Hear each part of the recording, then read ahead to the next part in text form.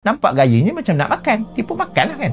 Dia tak nyatakan yang dia nak pergi buat arak ke apa kan. Sebagai contoh, kita ni menjual anggur, ada orang yang kita tahu dia ni memang pembuat arak, dia membeli anggur sebanyak bertantan, berkatan-katan. Kita tahu memang confirm lah dia nak buat arak sebab nampak zahir, nampak jelas niat dia tu. Walaupun dia tak bagi tahu kita, saya beli ni untuk buat arak, ataupun saya berniat membeli ni untuk membuat arak. Tak, dia tak sebutlah dengan jelas, tapi nampak sangatlah dengan kuantiti yang dia beli tu.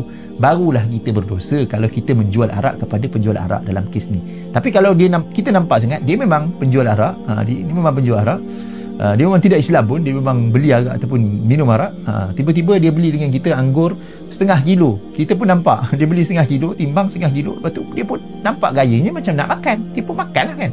Dia tak nyatakan yang dia nak pergi buat arak ke apa kan. Jadi dia makan. Tidak berkaitan antara dosa kita dengan dosa dia. Wala taziru waziratun wizra ukhra.